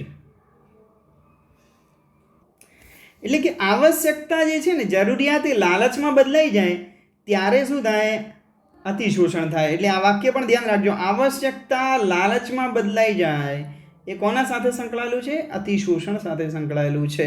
બરાબર. અહીંયા સ્ટીલર શીખાવ અને પેસેન્જર પિજન આવે છે. ઓકે.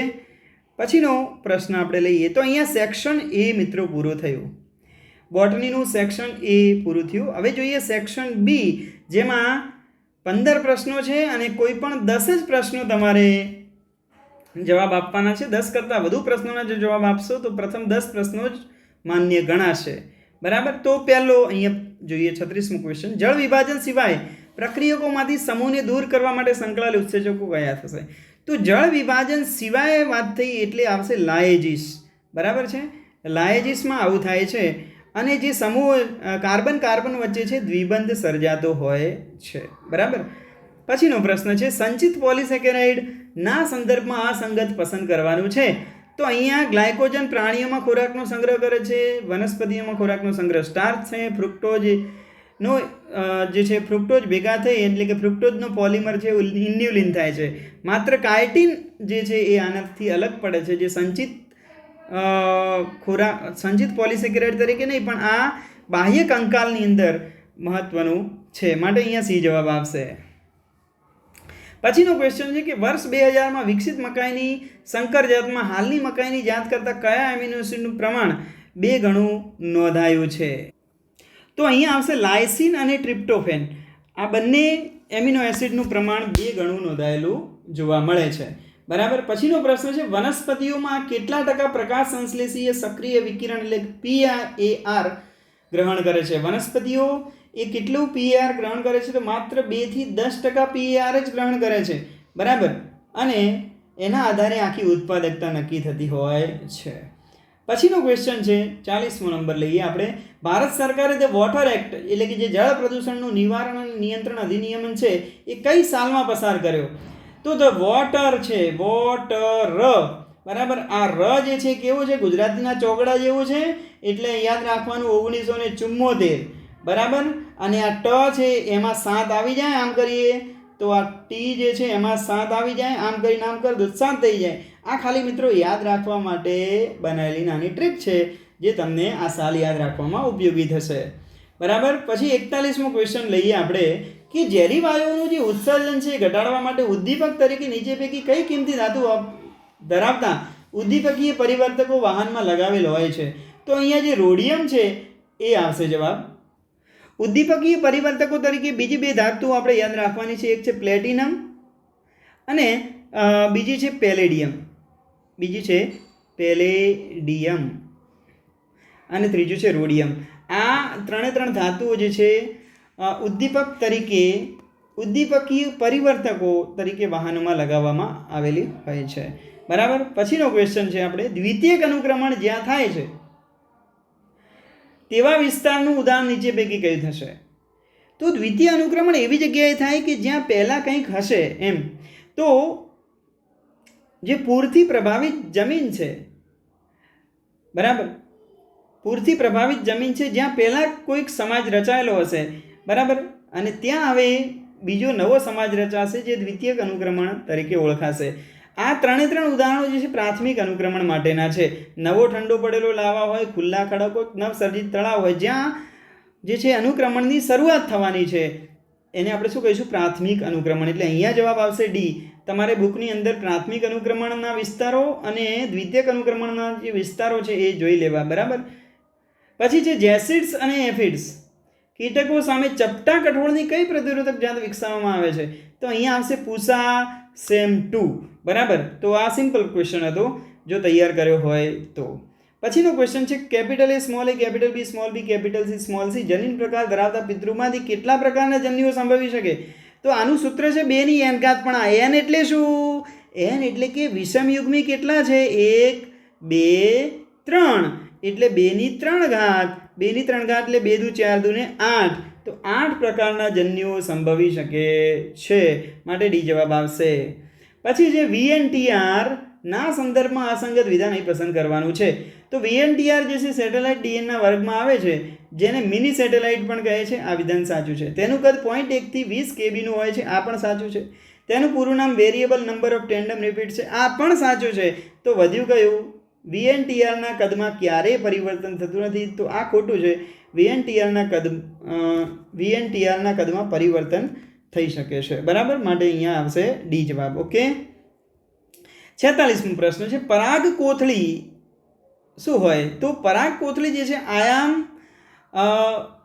રીતે લંબાયેલી અને પરાગરજ યુક્ત હોય છે, પરાગરજથી ભરેલી હોય છે. બરાબર, તો અહીંયા જે છે એ સી આવશે. પછી થિયોડોર સ્વાન એ કોણ હતું? તો અહીં આપણે નામ ઉપરથી જોવું હોય ને તો શ્વાન એટલે આપણે શું કહીએ? શ્વાનને કૂતરો કહીએ છીએ. કૂતરો એ શું છે? પ્રાણી છે.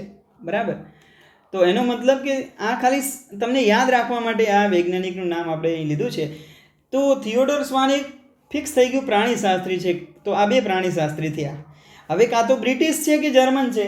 તો અહીંયા આપણે ધ્યાન રાખવાનું છે કે આ કેવો છે? બ્રિટિશ પ્રાણીશાસ્ત્રી થશે. બરાબર, બ્રિટિશ પ્રાણીશાસ્ત્રી જે છે એ થશે. વનસ્પતિ શાસ્ત્રી એ જર્મનનો હતો, જેનું નામ શું હતું? મેથિયસ સ્લીડન. ઓકે, તો અહીંયા આપણો જવાબ આવશે એ. ઓકે, પછીનો ક્વેશ્ચન આપણે લઈએ. લીલની કોષ દિવાલ શેની બનેલી હોય છે? તો લીલની જે કોષ દિવાલ છે એ સેલ્યુલોઝ, ગેલેક્ટન્સ, મેનોઝ અને કેલ્શિયમ કાર્બોનેટની બનેલી હોય છે. માટે શું આવે? સી. ઓકે, પછીનો પ્રશ્ન આપણે લઈએ. નીચેનામાંથી અસંગત દૂર કરવાનું છે. બરાબર, તો પહેલું આપ્યું છે પોરફાયરા, યુસ્ટિલાગો અને જેલિડિયમ. તો અહીંયા જે ઉસ્ટિલાગો છે એ ફૂગ થશે. બરાબર, માટે એ જે છે અસંગત થાય. એટલે અહીંયા આપણે પ્રશ્નમાં મારા ખ્યાલથી થોડી ભૂલ થઈ ગઈ છે. અસંગત આપણે દૂર કરવાનું છે. બરાબર, તો અસંગત કયું થશે? લેમિનારિયા, સાર્ગેસમ, પોરફાયરા, ક્લોરેના, સ્પારુલિના આ બધા જ લીલ છે. જ્યારે ગ્રેસિલારિયા, સાર્ગેસમ અને એગેરિક્સ એટલે મશરૂમ, આ પાછું ફૂગ આવી જાય. લેમિનારિયા, આલ્બુગો, જેલિડિયમ અને ટ્રાઇકોડર્મા, તો અહીંયા આ ફૂગ થઈ જશે.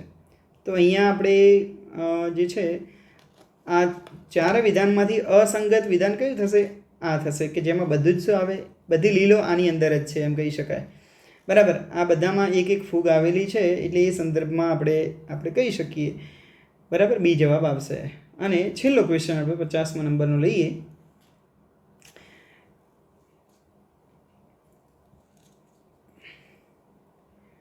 નીચેનામાંથી જીવન સજીવોના બાહ્ય સંવેદના પ્રત્યે પ્રતિચાર આપવા માટે સંબંધિત કયું વિધાન સાચું નથી? તો પહેલું છે બાહ્ય પર્યાવરણ પ્રત્યે પ્રતિચાર દૈહિક, રાસાયણિક કે જૈવિક સ્વરૂપે હોઈ શકે છે. આ વિધાન સાચું છે. બીજું લઈએ કે પર્યાવરણીય સંકેતો પ્રત્યે પ્રતિચાર આપવાનો ગુણ પ્રાથમિક કક્ષાના પ્રોકેરિયોટિક સજીવોથી શરૂ કરીને જટિલ કોષ કેન્દ્રીય સજીવો પણ ધરાવે છે. તો આ પણ સાચું છે. કોન્શિયસનેસ, સભાનતા અને બાહ્ય સંવેદના પ્રત્યે પ્રતિચાર એ જીવંત સજીવોનો ગુણધર્મ છે. તો આ પણ સાચું છે. વનસ્પતિઓ આંતરિક પરિબળો જેવા કે પ્રકાશ, પાણી, તાપમાન સામે પ્રતિક્રિયા દર્શાવે છે. તમે જો અહીંયા શબ્દ આંતરિક લખ્યો છે. આંતરિક નહીં, પણ આ બધા પરિબળો કેવા છે? પ્રકાશ, પાણી, તાપમાન એ બાહ્ય પરિબળો છે. માટે આ જે છે અસંગત છે અથવા તો ખોટું વિધાન છે. માટે ડી જવાબ આવશે. તો અહીંયા બોટની સેક્શન પૂરું થાય છે. બીજું સેક્શન ઝૂઓલોજીનું સેક્શન આવે છે, જેમાં પણ ફરીથી 1 થી 50 ક્વેશ્ચન છે. સેક્શન એમાં 1 થી 35 ક્વેશ્ચનની આપણે શરૂઆત કરીએ. તો પહેલો ક્વેશ્ચન એમાં આપણો આવશે કે પ્રાણીઓના અનુરૂપ જૂથ માટે નીચેની કઈ લાક્ષણિકતાઓ સાચી છે? તો અહીંયા બાહ્ય ફલન જે છે અસ્થિ મત્સ્યમાં જોવા મળે છે. માટે બી જે છે એ સાચું થશે. બરાબર, પછીનો ક્વેશ્ચન લઈએ આપણે. મેટાનેફ્રિક કિડની ધરાવતા પ્રાણીઓનો સાચો સમૂહ પસંદ કરવાનો છે. તો અહીંયા નિયોફ્રોન અને કેનિસ જે છે સી જવાબ આવશે. પછીનો પ્રશ્ન છે જળનળાકાર તંત્રની હાજરી. જળનળાકાર તંત્રની જે હાજરી છે એ એન્ટેડન ની લાક્ષણિકતા છે એમ કહી શકાય. બરાબર, અને પછીનો ક્વેશ્ચન છે બેઝોફિલ કોષો ઉત્પન્ન થતા નથી. એટલે કે બેઝોફિલ કોષો ઉત્પન્ન કરતા નથી. શું ઉત્પન્ન નથી કરતા? તો એરિથ્રોસાયનિન આ ઉત્પન્ન ન કરે, બાકી હિસ્ટેમાઇન, સેરેટોનિન અને ઇફેરિન ઉત્પન્ન કરે છે. સંયુક્ત ડાયસ્ટોલની શરૂઆત સાથે સમાપ્ત થાય છે. તો અહીંયા આપણે જોઈએ ને તો આવશે એટ્રિયલ સિસ્ટોલ, જે સંયુક્ત ડાયસ્ટોલની શરૂઆત સાથે સમાપ્ત થઈ જશે. બરાબર છે. જે વ્યક્તિ તેના પ્લાઝમાની અંદર માત્ર એન્ટીબોડીઝ ધરાવે છે, બરાબર, તે ખાલી જગ્યા બ્લડ ગ્રુપ ધરાવતા લોકોને રક્તદાન કરી શકે છે. હવે અહીંયા એન્ટીબોડીઝ ધરાવે છે, તો એવું વ્યક્તિ જે છે એ અથવા તો AB રુધિર જૂથ ધરાવતા લોકોને રક્તદાન કરી શકે. એન્ટીબોડીઝ કેમાં જોવા મળશે? તો એ રુધિર જૂથ ધરાવતા વ્યક્તિમાં જોવા મળે. હવે તમે જો આપણે આ યાદ રાખવું હોય ને તો આવી રીતે યાદ રાખી શકીએ. અહીં O પછી સામે AB લખી દેવાનું, અહીંયા A લખી દઈએ અને અહીંયા B લખી દઈએ. બરાબર. O વાળો વ્યક્તિ A વાળા વ્યક્તિને રુધિર આપી શકે, AB વાળાને આપી શકે, B વાળાને આપી શકે, અને O વાળો Oને પણ આપી શકે છે. બીજું કે કોઈ પણ વ્યક્તિ પોતે પોતાનું રુધિર જૂથવાળા વ્યક્તિને રુધિર આપી શકે છે. A વાળો ABને આપી શકે અને B વાળો ABને આપી શકે. તો અહીંયા A વાળો એ રુધિર જૂથવાળો વ્યક્તિ હશે તો Aને આપી શકશે અને AB વાળાને આપી શકે. એટલે AB સર્વગ્રાહી છે અને O જે છે સર્વદાતા થશે. બરાબર. ઓકે. પછીનો ક્વેશ્ચન છે, અધિબિંબની હાજરી ખાલી જગ્યામાં જોવા મળે છે. તો હૃદય સ્નાયુ જે છે એની અંદર અધિબિંબની હાજરી જોવા મળતી હોય છે. બરાબર. તો માટે હૃદય સ્નાયુ આવશે. પછીનું વિધાન આપણે લઈએ કે નીચેના નિવેદનો વાંચો અને સાચો જવાબ પસંદ કરવાનો છે. બરાબર. તો સેલ્યુલોજ એક શાખિત રચનાકીય પોલિસેકેરાઇડ છે. તો આ વિધાન ખોટું છે. સેલ્યુલોજ અશાખિત થશે. ગ્લુટ4 એક હેટ્રોપોલિમર છે. તો ગ્લુટ4 જે છે કેમ કે ગ્લુટ4 એ શું છે? પ્રોટીન છે. એટલે એ શું કહેવાય? હેટ્રોનો મતલબ શું? વિષમ પોલિમર કહેવાય. હેટ્રોનો મતલબ શું થાય? વિષમ. અને પ્રોટીન ઓલવેઝ વિષમ પોલિમર જ હોય મિત્રો. બરાબર. માટે બી સાચું છે. સી જોઈએ, લાલ એમાલેટની ઉત્પ્રેરક પ્રવૃત્તિ માટે ઝીંક આયનો જરૂરી છે. આ ખોટું વિધાન છે. અહીંયા ઝીંકની જરૂર રહેતી નથી. બરાબર. પ્રોકાર્બોક્સી પેપ્ટિડેઝ માટે ઝીંક જરૂરી છે એમ કહી શકાય. એટલે અહીંયા માત્ર બી જે છે એ સાચું થશે. સી જવાબ આવશે. પછીનો ક્વેશ્ચન છે કે એલિમેન્ટરી કેનાલની દિવાલની મ્યુકોસા સાથે સંકળાયેલ રચનાઓના સંદર્ભે અસંગત પસંદ કરવાનું છે. તો અહીંયા આપણે જોઈએ ને તો અહીંયા જે આપણો જવાબ છે એ આવશે બ્રુનર ગ્રંથિ. બરાબર. એલિમેન્ટરી કેનાલની દિવાલની મ્યુકોસા સાથે સંકળાયેલ રચનાઓમાં અહીંયા બ્રુનર ગ્રંથિ નહીં આવે. ઓકે. પછીનો ક્વેશ્ચન આપણો લઈએ, યોગ્ય જોડ પસંદ કરવાની છે. બરાબર. તો યોગ્ય જોડમાં આપણે જોઈએ એમાઇલેઝ. તો એમાઇલેઝ જે છે સ્ટાર્ચ ઉપર ક્રિયા કરે છે એટલે એમાં એક આવશે. ન્યુક્લિયોટિડેઝ અથવા ન્યુક્લિયોટાઇડેઝ કહેવાય છે ને. બરાબર. તો આ આંતરગ્રંથિમાંથી સ્ત્રાવ પામે છે. બરાબર. એટલે એમાં એક આવશે, બીમાં 4 આવશે. રેનિન. તો રેનિન જે છે જઠર ગ્રંથિમાં સ્ત્રવે છે. આ જે જઠર ગ્રંથિમાં રેનિન સ્ત્રવે છે એ જે બાળકો હોય તો એની અંદર પ્રોટીનના પાચન માટે જરૂરી છે. બરાબર. બાળકોના જઠરની અંદર રેનિન જે છે એ પ્રોટીનના પાચન સાથે સંકળાયેલું છે અને સ્ટીએફસીન કીધું છે તો જે ગ્લિસરાઇડ પર ક્રિયા કરે છે. માટે અહીંયા આપણો જવાબ જે છે એ 3 આવશે. બરાબર. પછીનો ક્વેશ્ચન લઈએ, ડીઓક્સિજનેટેડ લોહીમાં CO2 અને O2 નું આંશિક દબાણ કેટલું થાય? તો ડીઓક્સિજનેટેડ લોહીમાં CO2 અને O2 નું આંશિક દબાણ અનુક્રમે જે છે 45 અને 40 મિલીમીટર મર્ક્યુરી થાય છે. પછી છે કોલ્પસ કોલોઝમ બનાવતા માર્ગ પર હાજર માયલિન આવરણ ખાલી જગ્યા દ્વારા સ્ત્રાવ પામે છે. તો અહીંયા આવશે ઓલિગોડેન્ડ્રોસાઇટ્સ અને એના દ્વારા એ સ્ત્રાવ પામતું હોય છે. પછી છે રાઉન્ડ વિન્ડોની જગ્યા ગોળ ગવાક્ષ આવશે. આવેલ વિન્ડો અંડાકાર અથવા તો વિન્ડોની જગ્યા અંડગવાક્ષ આવશે.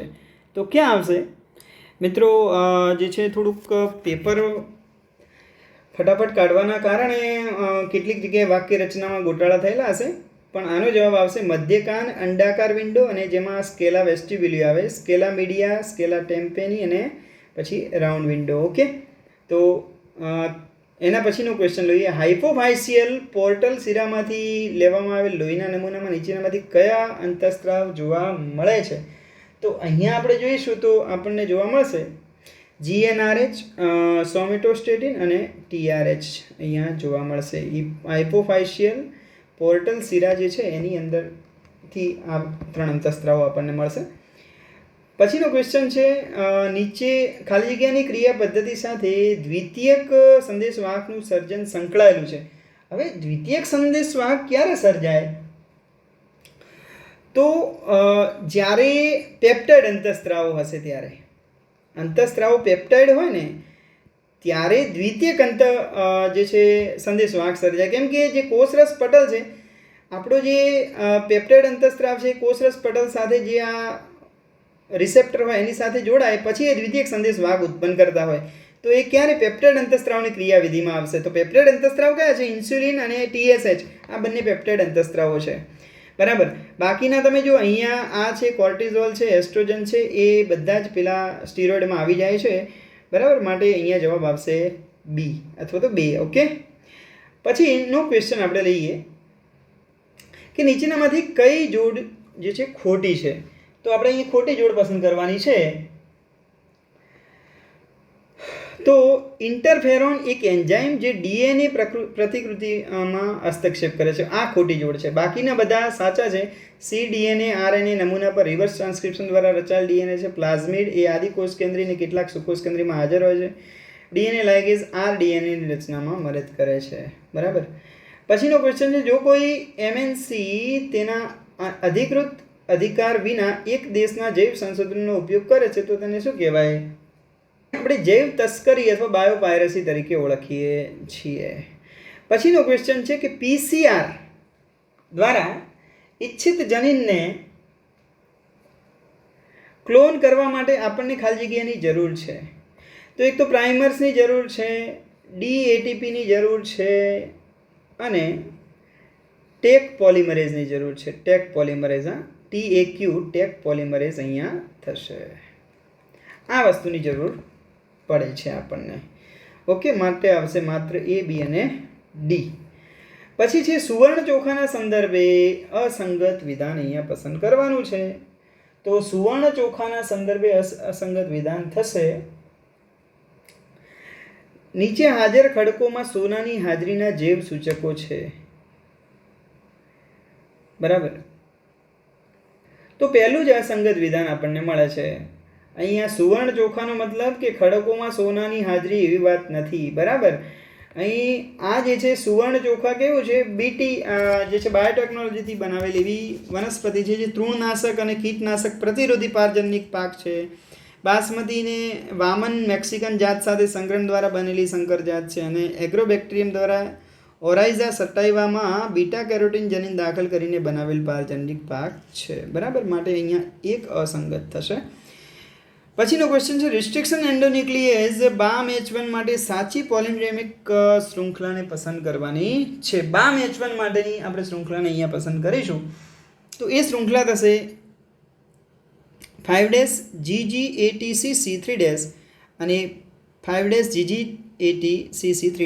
પોલિન્ટ્રેમિક શૃંખલાને આપણે પસંદ કરીશું જે આગળ અને પાછળથી સમાન રીતે વંચાતી હોય. એ અહીંયા આ થશે. બરાબર. BAM-H1 માટેની શૃંખલા આ થશે. ઓકે.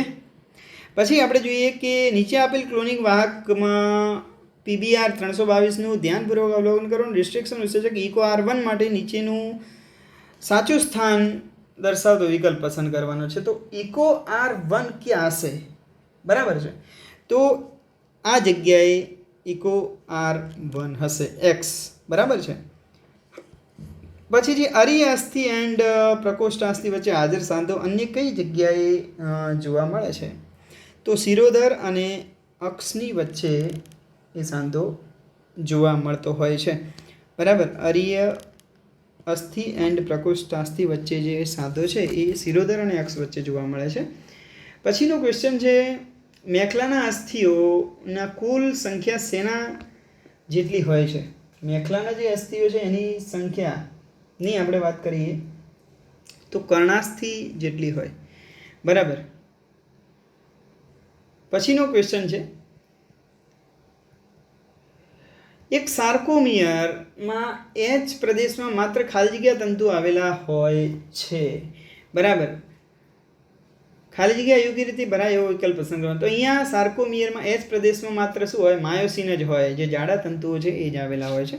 નીચેનામાંથી કયું કેનાબિસ સટાઇવામાંથી મેળવવામાં આવે છે? કેનાબિસ સટાઇવા, બરાબર, એમાંથી જે છે ચરસ મેળવવામાં આવતી હોય છે, બરાબર. પછીનો ક્વેશ્ચન છે આપણો કે નીચે આપેલ પ્રવિધિય શબ્દોમાંથી કેટલા જન્મજાત પ્રતિકારકતા સાથે સંકળાયેલા છે? તો અહીંયા તમે જોશો તો 2 જે છે એ જન્મજાત પ્રતિકારકતા સાથે સંકળાયેલા છે, બરાબર.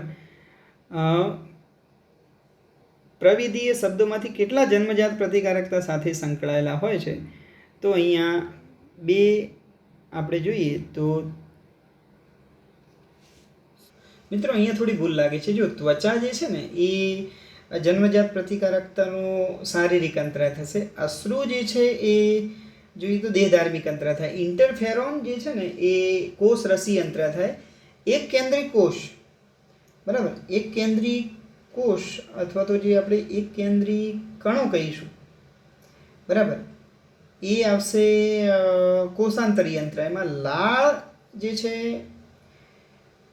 એ દેહધાર્મિક અંતરાય છે. શ્લેષ્મ આવરણ, હવે આ જે શ્લેષ્મ આવરણ છે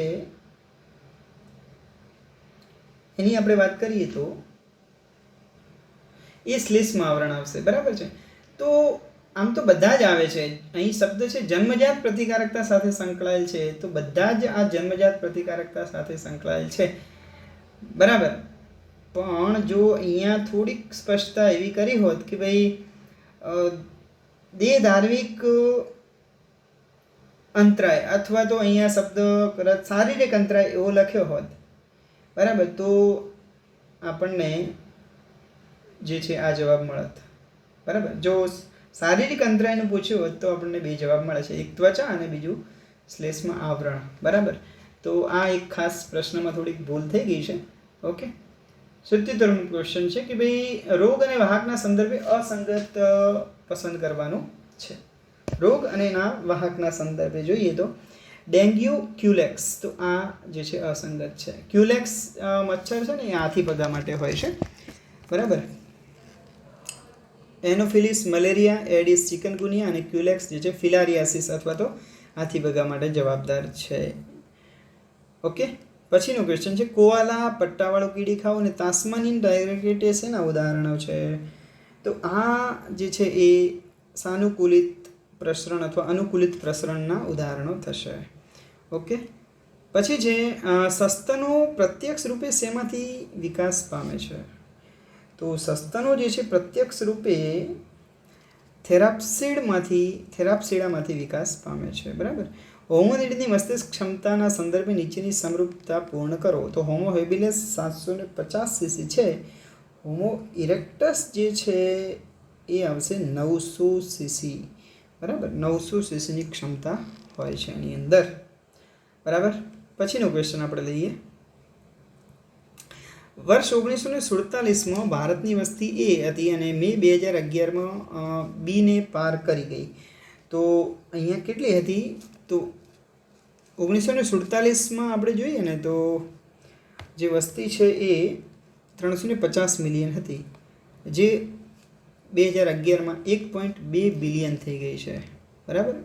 નીચેનામાંથી કેટલા ઇમ્પ્લાન્ટેશન તેમજ ઓવ્યુલેશન અટકાવે છે? ઇમ્પ્લાન્ટેશન અને ઓવ્યુલેશન બંને અટકાવતા હોય એવા કેટલા છે? તો મલ્ટીલોડ 375, માલાડી, નોરપ્લાન્ટ અને સહેલી, એની અંદરથી આપણે જોઈએ તો આ 4 એવા છે. સોરી, આમાંથી 2 એવા છે કે જે ઇમ્પ્લાન્ટેશન એટલે ગર્ભસ્થાપન અને અંડપતન અટકાવે છે, બરાબર. તો ગર્ભસ્થાપન અટકાવતા હોય અને અંડપતન અટકાવતા હોય એવા 2 છે, બરાબર. પછીનો ક્વેશ્ચન છે માનવ ગર્ભ વિકાસમાં ગર્ભનું હલનચલન અને માથા પર વાળનો દેખાવ ખાલી જગ્યાના અંત સુધીમાં જોવા મળે છે. તો અહીંયા આવશે 5મા મહિને આ જોવા મળે છે, બરાબર. પછીનો ક્વેશ્ચન છે ઓજેનેઇસિસ જગ્યા અંડજનન દરમિયાન આવશે? તો આ જે પ્રશ્ન છે એની અંદર આવશે દ્વિતીયક અંડકોષ, જ્યાં ઓજેનેઇસિસની જગ્યા જોવા મળે છે. બરાબર. પુરુષના પ્રજનન તંત્રમાં સ્ખલન નલિકાઓ ખાલી જગ્યામાં ખુલે છે, તો એ પ્રોસ્ટેટિક યુરેથ્રાની અંદર ખુલે છે. આ થોડુંક બહારનો ક્વેશ્ચન છે. બરાબર. હવે જોઈએ આપણું સેક્શન બી. લાસ્ટ 36 એટલે કે 86 થી 100 નંબરના ક્વેશ્ચનો, અને જેની આપણે વાત કરીશું હવે. તો એમાં પહેલો ક્વેશ્ચન છે કે 1000 સભ્યોની વસ્તીમાં 490 પ્રભાવી સમયુગ્મી જનીન પ્રકાર એ ધરાવે છે. એટલે જો અહીંયા પ્રભાવી સમયુગ્મી માટે p² લઈએ, એ બરાબર શું થાય? 490 ભાગ્યા 1000 કરીએ એટલે કેટલા થાય? 0.49. p² બરાબર 0.49 થાય, માટે p બરાબર શું થાય? 0.7. અને p + q શું થાય? 1. હંમેશા કેટલું થાય? આ માહિતીના આધારે વસ્તીમાં આલેલ સ્મોલ એની આવૃત્તિ અને વસ્તીમાં વિષમયુગ્મીઓની સંખ્યા અનુક્રમે જણાવવાની છે. તો q અહીંયા 0.3 થશે, તો જ આ બંનેનો સરવાળો 1 થાય. હવે શું કીધું છે? વસ્તીમાં વિષમયુગ્મીઓની સંખ્યા કેટલી થશે? બરાબર. પહેલાં તો સ્મોલ એની આવૃત્તિ કેટલી થાય? તો સ્મોલ એની આવૃત્તિ 0.3 થાય, તો આ 0.3, આ 0.3, એટલે એ અને ડી માંથી આવશે કોઈ જવાબ. હવે વિષમયુગ્મીઓની સંખ્યા એટલે શું? 2pq વિષમયુગ્મીઓ થાય. 2p એટલે કેટલા? 0.7. q એટલે કેટલા? 0.3. એટલે કેટલા થાય? 7 × 21 = 42. 0.42 થાય, અને ટકામાં ફેરવવા હોય તો કેટલા થાય? 42%. એનો મતલબ કે 1000ના 42% કરવાના. 1000ના તમે 42% કરો એટલે 42 ભાગ્યા 100, 0 ઉડી જાય, 42 દાન 420, માટે આપણો જવાબ અહીંયા એ આવશે. ઓકે. તો આ રીતે આપણે એની ગણતરી કરવાની થતી હોય છે, માટે અહીંયા એ જવાબ આવે. પછી ચાર્લ્સ ડાર્વિનના મત અનુસાર ઉત્ક્રાંતિ માટે જવાબદાર શું ન હોઈ શકે? તો સોલ્ટેશન જે છે, અચાનક આવતું જે છે પરિવર્તન, જેને આપણે સોલ્ટેશન કહીએ છીએ, વિકૃતિ. બરાબર. અચાનક જ થતી વિકૃતિ, જેને સોલ્ટેશન કહેવાય, એ ચાર્લ્સ ડાર્વિન ના સંદર્ભમાં લાગુ પડતું નથી. યુગો ધ વૃક્ષ માટે આ લાગુ પડે છે. પ્રથમ ઉભયજીવી તરીકે વિકાસ પામનાર પ્રાણી કયું છે? તો અહીંયા આવશે સિલિકાંત. બરાબર. સિલિકાંત એ પ્રથમ ઉભયજીવી તરીકે વિકાસ પામનાર પ્રાણી છે. પછી જે ભારતમાં ઘણા બધા પ્રદેશોમાં થયેલ ચિકનગુનિયા રોગ માટે કયું વાહક જવાબદાર છે? તો અહીંયા એડિસ મચ્છર આવશે, જે જવાબદાર થશે. બરાબર. પછીનો ક્વેશ્ચન છે કે વિધાનો એ અને બી વાંચો અને સાચો વિકલ્પ પસંદ કરવાનો છે. બરાબર. તો જોઈએ આપણે. વિધાન એ છે ક્ષ કિરણ અને ગામા કિરણો જેવા આયનાઇઝિંગ રેડિયેશનમાં રહેવાને કારણે કેન્સરનું જોખમ વધી જાય છે. આ વિધાન સાચું છે. કેન્સર કોષો પ્રોટો ઓન્કોજીન્સ ધરાવે છે. સામાન્ય કોષો પ્રોટો ઓન્કોજીન્સ ધરાવતા હોય છે, કેન્સર કોષો નહીં. માટે આ જે વિધાન બી છે ને, એ ખોટું થશે. બરાબર. તો અહીંયા માત્ર વિધાન બી ખોટું છે એવો જવાબ આવે છે. ઓકે. એ વિધાન તો સાચું છે એટલા માટે. ઓકે. પછીનો પ્રશ્ન લઈએ.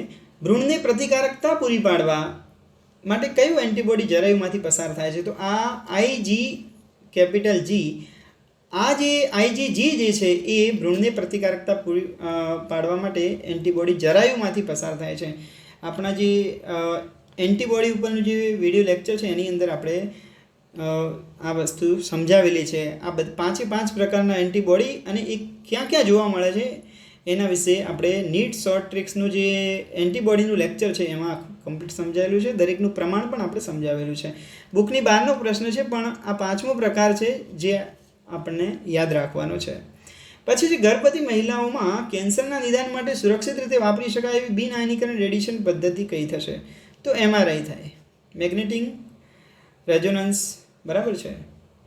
ઇમેજિંગ, મેગ્નેટિક રેઝોનન્સ ઇમેજિંગ, જે બિન આયનિક કિરણો જેની અંદર જોવા મળે છે, માટે MRI આવશે C. ઓકે. શરીરમાં વિથડ્રોઅલ સિન્ડ્રોમ ક્યારે જોવા મળે? તો પહેલું છે ડ્રગ્સના કારણે ગાંઠપણ અને વધુ ઉર્જા મહેસૂસ થાય છે. તો આ ખોટું છે. ડ્રગ્સ, આલ્કોહોલનો ઉપયોગ એકાએક બંધ કરવામાં આવે ત્યારે આ વિથડ્રોઅલ સિન્ડ્રોમ સર્જાતો હોય છે, બેચેની અનુભવાય છે. બરાબર. માટે અહીંયા બી જવાબ આવશે. ઓકે. પછી પ્રશ્ન નંબર 94 જોઈએ આપણે. નીચેનામાંથી કયા વિધાનો સાચા છે તે જણાવવાનું છે. પહેલું છે શિશુના ઊંજણમાં મદદ કરતી ગ્રંથિ પ્રોસ્ટેટ ગ્રંથિ છે. તો આ બલ્બોયુરેથ્રલ ગ્રંથિ અહીંયા આવશે, એટલે આ વિધાન ખોટું છે. શુક્રાશય રસમાં ફ્રુક્ટોઝ, કેલ્શિયમ અને કેટલાક ઉત્સેચકો હોય છે. આ વિધાન સાચું છે. અંડપિંડનું નિતંબની દિવાલ અને ગર્ભાશય સાથે જોડાણ સ્નાયુબંધ દ્વારા થયેલ હોય છે. તો અહીંયા અસ્થિબંધ દ્વારા જે છે એ જોડાણ આવશે. ગર્ભાશય સાથે અસ્થિબંધથી એ જે છે એ જોડાય છે. બરાબર. ઓકે, માટે આ વિધાન ખોટું છે. શુક્રોત્પાદક નલિકાના બહારના ભાગમાં આવેલા કોષો એટલે સર્ટોલી કોષો. તો ના, શુક્રોત્પાદક નલિકાની અંદર બે પ્રકારના કોષો આવેલા હોય, એક જનન કોષો હોય અને બીજા સર્ટોલી કોષો હોય છે. બરાબર. તો અંદર આવેલા હોય છે, બહાર નહીં. બહારના જે આવેલા કોષો હોય ને એ આવશે લેડિંગના કોષો. બરાબર. તો આ પણ ખોટું છે, માટે અહીંયા માત્ર ક્યુ જે છે એ જ સાચું થશે.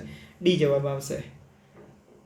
95 છે IUI શું છે? Intra uterine insemination. ઇન્સેમિનેશનનો મતલબ થાય વીર્ય સેચન, એટલે કે વીર્યની કૃત્રિમ રીતે સ્ત્રીના યોનિમાર્ગ અથવા તો ગર્ભાશયમાં દાખલ કરવાની પદ્ધતિ એને કહેવાય IUI. માટે એ જવાબ આવે છે.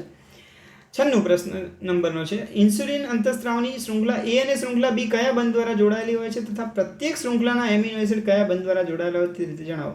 તો શૃંખલા A અને શૃંખલા B એ ડાયસલ્ફાઇડ બંધ દ્વારા જોડાય છે અને બધા એમિનો એસિડ એકબીજા સાથે પેપ્ટાઇડ બંધ દ્વારા જોડાયેલા હોય, માટે જવાબ આવશે C. પછીનો પ્રશ્ન છે કયા સમુદાયના સભ્યોમાં અપૂર્ણ પાચન તંત્ર અહીંયા જોવા મળે છે? તો પૃથુકૃમિ સમુદાય જે છે એમાં અપૂર્ણ પાચન તંત્ર જોવા મળે છે. સૂત્રકૃમિથી સંપૂર્ણ પાચન તંત્રની શરૂઆત થાય છે અને પછીના બધા જ સમુદાયોમાં સંપૂર્ણ પાચન તંત્ર જોવા મળતું હોય છે. મનુષ્યમાં કઈ રુધિરવાહિનીના રુધિરમાં સૌથી વધારે માત્રામાં યુરિયા હોય છે? તો યકૃત શિરા હોય ને એની અંદર સૌથી વધારે યુરિયા હોય. કેમ કે યકૃતની અંદર યકૃત હોય ને યકૃતમાં એમોનિયાનું યુરિયામાં રૂપાંતર થાય, એટલે પછી યકૃત શિરાની અંદર સૌથી વધુમાં વધુ યુરિયા જોવા મળતો હોય છે. બરાબર. અને પછીનો ક્વેશ્ચન છે કે ભાઈ નીચે આપેલ પૈકી કેટલા વંદાના સંવેદાંગો છે? તો વંદાના સંવેદાંગોની સંખ્યા આપણે જોઈએ તો પહેલું જે સ્પર્શકો એ સંવેદાંગોમાં આવશે, આંખો, પછી આવશે જંભમૃષો, વક્ષ જંભમૃષ અને દ્રઢકો. આ પાંચે પાંચ એના જે છે એ સંવેદાંગોમાં સમાવેશ થાય છે. અને છેલ્લો ક્વેશ્ચન નીચે પૈકી કેટલા વિધાનો સાચા વિધાન પસંદ કરવાના છે? પહેલું જટિલ પોલિસેકેરાઇડ મુખ્યત્વે સમપોલિમર હોય છે. તો આ ખોટું છે. સમપોલિમર ના હોય, પણ કેવું હોય? વિષમ પોલિમર હોય છે. ઓકે, તો પહેલું વિધાન ખોટું છે. ગ્લાયકોજન શાખાયુક્ત પોલિસેકેરાઇડ છે, આ સાચું છે, શાખિત છે. ઝેડ જોઈએ. ડીએનએમાં 5 મિથાઇલ યુરેસિલ હોય છે. 5 મિથાઇલ યુરેસિલ એટલે થાયમિન. બરાબર. માટે વાય અને ઝેડ બંને સાચા છે, માટે સી જવાબ આવશે. તો મિત્રો આજે આપણે અહીં 1 થી 100 ક્વેશ્ચન્સ અને 5મું પેપર અહીં પૂરું કર્યું. બરાબર. તો આજનું લેક્ચર અહીંયા પૂરું થાય છે. ફરીથી મળીશું પેપર નંબર 6 સાથે. આવજો મિત્રો.